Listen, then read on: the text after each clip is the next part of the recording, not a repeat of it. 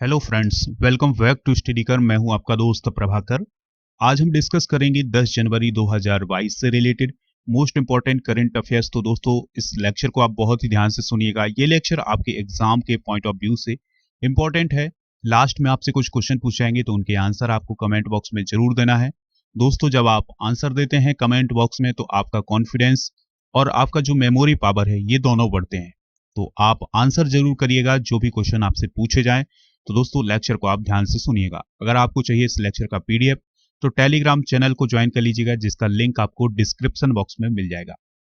दोस्तों, पहला question discuss करते हैं। इंपॉर्टेंट क्वेश्चन है, ध्यान से सुनना है आपको।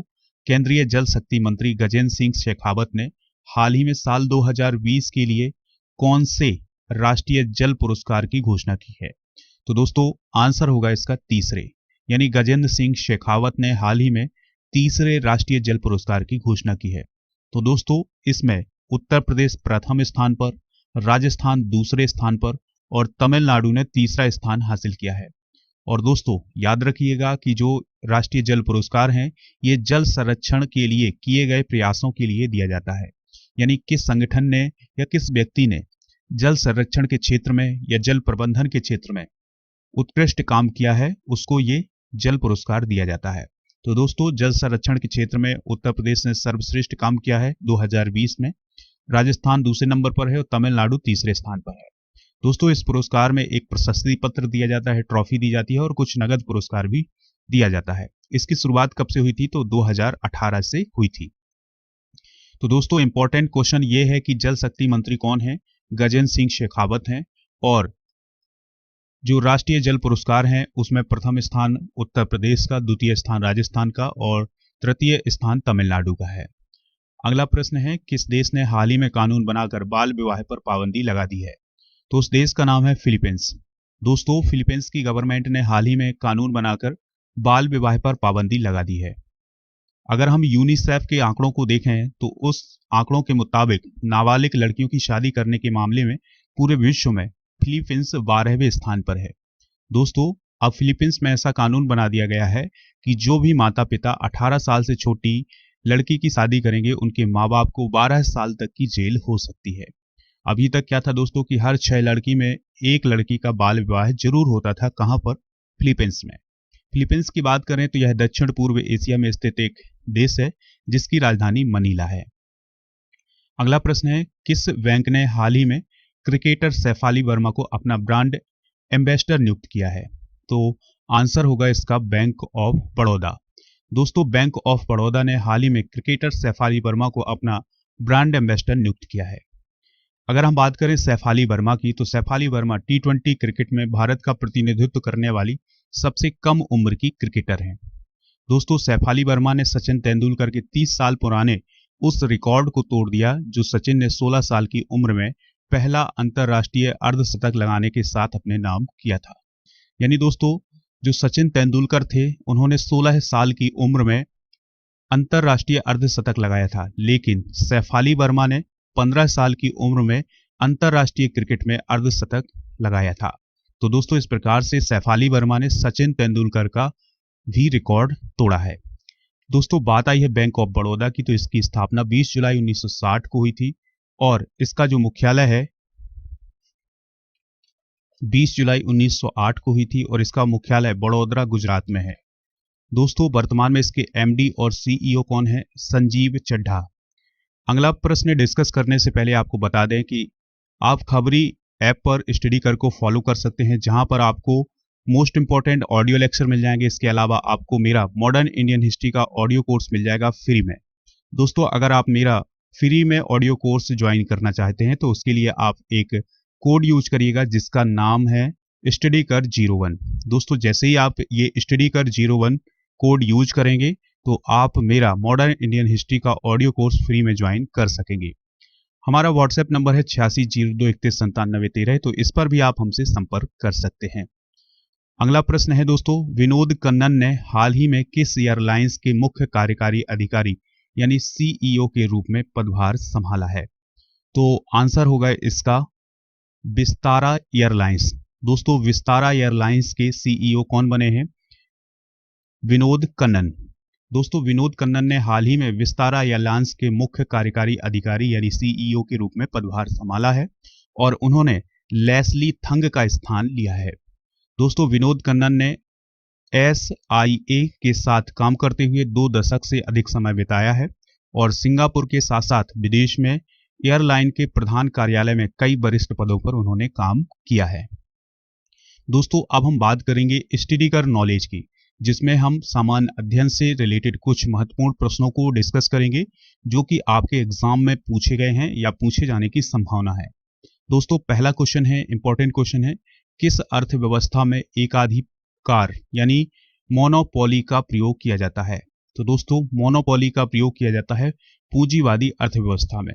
भारत का प्रथम वायु ईंधन युक्त वायुयान किसके मध्य चलाई गई थी? यानी जो पहला वायु ईंधन युक्त वायुयान था वो किसके मध्य चलाया गया था? आंसर है इसका दिल्ली से देहरादून के बीच में। राष्ट्रपति पर महाभियोग किस अनुच्छेद के अंतर्गत लगाया जाता है? तो आंसर होगा इसका अनुच्छेद 61 के।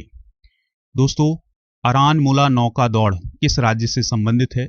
आंसर होगा इसका केरल। हैदराबाद स्थित चार मीनार को किसने बनवाया था? तो कुली कुतुब शाह ने इसका निर्माण करवाया था। तो ये थे सामान्य अध्ययन से रिलेटेड कुछ इंपॉर्टेंट क्वेश्चन, इनको आप नोट डाउन कर सकते हैं। चलिए अब करंट अफेयर्स का अगला प्रश्न डिस्कस करते हैं। इंपॉर्टेंट प्रश्न है दोस्तों, अगर आपको ये लेक्चर पसंद आ रहा है तो लाइक शेयर करना बिल्कुल ना भूलें।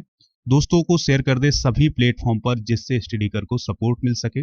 और दोस्तों फॉलो करने के साथ आप स्टडीकर के बगल में जो बेल आइकॉन का बटन है उसको जरूर प्रेस कर दें, जिससे आपको समय पर नोटिफिकेशन मिलती रहेगी। अगला प्रश्न है, केंद्रीय मंत्री जितेंद्र सिंह ने हाल ही में किस शहर में भारत के पहले ओपन रॉक संग्रहालय का उद्घाटन किया है? आंसर होगा इसका हैदराबाद। दोस्तों केंद्रीय मंत्री कौन है? जितेंद्र सिंह। तो उन्होंने हैदराबाद में भारत के पहले ओपन रॉक संग्रहालय का उद्घाटन किया है। दोस्तों यह संग्रहालय देश के प्राचीन इतिहास और विरासत में गहराई की एक कहानी को दर्शाता है। इस ओपन रॉक संग्रहालय को कई कम ज्ञात तथ्यों के बारे में जनता को शिक्षित और सूचित करने के उद्देश्य से स्थापित किया गया है।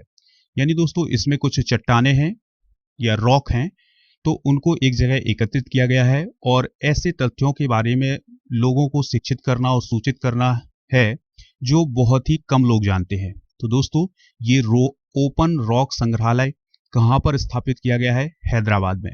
तो दोस्तों तेलंगाना की जो कैपिटल है वो हैदराबाद है और वर्तमान में तेलंगाना के चीफ मिनिस्टर हैं के चंद्रशेखर राव और गवर्नर कौन है? तमिलसाई सौंदरराजन।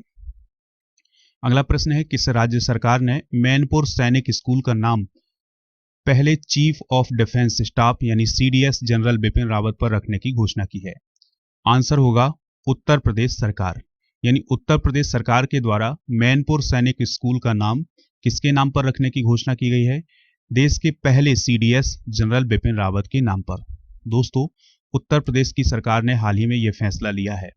और अगर हम बात करें बिपिन रावत की, तो हाल ही में दिसंबर में उनकी हेलीकॉप्टर दुर्घटना में मृत्यु हो गई थी उनकी पत्नी के सहित। तो दोस्तों उन्हीं के नाम पर अब मैनपुर सैनिक स्कूल का नाम रखा जाएगा। दोस्तों मैनपुर या मैनपुरी में स्थित सैनिक स्कूल की शुरुआत 1 अप्रैल 2019 को की गई थी और उत्तर प्रदेश सरकार और रक्षा मंत्रालय के बीच 30 अप्रैल 2015 को हुए एक समझौते के आधार पर इस स्कूल की स्थापना की गई थी। उत्तर प्रदेश के चीफ मिनिस्टर कौन है वर्तमान में? योगी आदित्यनाथ हैं और राज्यपाल कौन है? आनंदीबेन पटेल हैं। अगला प्रश्न है, कौन सा राज्य देश का पहला एलपीजी सक्षम राज्य बन गया है? आंसर होगा इसका हिमाचल प्रदेश। दोस्तों भारत का हिमाचल प्रदेश राज्य देश का पहला एलपीजी सक्षम और धूम्रयुक्त राज्य बन गया है। राज्य ने उज्ज्वला योजना और गृहिणी सुविधा योजना के कारण यह उपलब्धि हासिल की है। दोस्तों उज्ज्वला योजना केंद्र सरकार के द्वारा देश की महिलाओं को घर के अंदर होने वाले प्रदूषण से मुक्त कराने के उद्देश्य से शुरू की गई थी। उज्ज्वला योजना की शुरुआत कब से हुई थी? तो 1 मई 2016 से हुई थी। कहां से हुई थी? तो बलिया उत्तर प्रदेश से इसकी शुरुआत हुई थी। दोस्तों इसका उद्देश्य ये है कि जीवाश्म ईंधन को बढ़ावा देना और गरीब महिलाओं को मुफ्त एलपीजी गैस कनेक्शन उपलब्ध कराना है। दोस्तों एलपीजी का फुल फॉर्म क्या होता है? Liquefied petroleum gas. और इसकी जो प्रमुख गैसें होती हैं वो होती हैं प्रोपेन और ब्यूटेन। हिमाचल प्रदेश के चीफ मिनिस्टर कौन है? जयराम ठाकुर हैं और राज्यपाल यानी गवर्नर कौन है? राजेंद्र अर्लेकर हैं। अगला प्रश्न है, किस मंत्रालय के द्वारा जारी प्रारंभिक आंकड़े के अनुसार भारत ने दिसंबर में सबसे अधिक मासिक निर्यात $37 बिलियन का रिकॉर्ड बनाया है? आंसर होगा वाणिज्य और उद्योग मंत्रालय। दोस्तों, वाणिज्य और उद्योग मंत्रालय के द्वारा जारी किए गए आंकड़ों के अनुसार भारत ने दिसंबर में सबसे अधिक मासिक निर्यात $37 बिलियन का एक रिकॉर्ड बनाया है। दोस्तों, दिसंबर 2020 के आंकड़ों से भारत का निर्यात 37% बढ़ा है, यानी 2020 दिसंबर की बात करें तो उससे 37% ज्यादा निर्यात हुआ है दिसंबर 2021 में। दोस्तों, आयात भी पिछले दिसंबर से 38% बढ़ा है, यानी आयात और निर्यात दोनों में वृद्धि हुई है दिसंबर के माह में। दोस्तों, वाणिज्य और उद्योग मंत्री कौन है? पीयूष गोयल हैं। और वाणिज्य और उद्योग राज्य मंत्री कौन है? सोम प्रकाश। और इसके अलावा एक और राज्य मंत्री हैं इसी विभाग की, तो वो हैं अनुप्रिया पटेल। तो दोस्तों, ये थे आज के करंट अफेयर्स के क्वेश्चन। अब हम वो क्वेश्चन डिस्कस करेंगे जिनके आंसर आपको कमेंट बॉक्स में देना है। पहला क्वेश्चन है, तेलंगाना के वर्तमान चीफ मिनिस्टर कौन है? दूसरा क्वेश्चन है, वाणिज्य और उद्योग मंत्री वर्तमान में कौन है? तीसरा क्वेश्चन है, बैंक ऑफ बड़ौदा की स्थापना कब की गई थी? और चौथा क्वेश्चन है, फिलीपींस की कैपिटल क्या है? तो इन सभी के आंसर आप कमेंट बॉक्स में दीजिएगा। कल के सही आंसर दिए हैं महेंद्र सिंह, नेहा यादव, बबीता रावत और तानिया शाक ने। तो आप भी आंसर दीजिएगा, हमें इंतजार रहेगा आपके आंसर का। दोस्तों, राजा गुप्ता को आप अनअकैडमी पर फॉलो कर लीजिएगा, जहां पर आपको उनकी स्पेशल क्लासेस मिल जाएंगी, लाइव क्लासेस मिल जाएंगी। और दिसंबर माह में जो भी बैच स्टार्ट हुए हैं, अगर आप उनको ज्वाइन करना चाहते हैं तो उसके लिए कोड यूज करिएगा राजा नंबर 1। अगर आप अनअकैडमी पर कोई भी फ्री क्लास ज्वाइन करना चाहते हैं तो उसके लिए भी आपको एक कोड यूज करना होगा राजा नंबर 1। अगर आपको ये लेक्चर पसंद आए तो लाइक शेयर कर दीजिएगा और हमारे सभी सोशल मीडिया प्लेटफॉर्म जैसे Facebook, Twitter, Instagram, YouTube, WhatsApp, Telegram, इन सभी पर हमें फॉलो कर लीजिएगा, जिससे आपको समय पर नोटिफिकेशन मिलती रहेगी और एक्स्ट्रा जानकारी भी आपको मिलती रहेगी समय पर। तो दोस्तों, मिलते हैं नेक्स्ट लेक्चर में। जय हिंद, वंदे मातरम।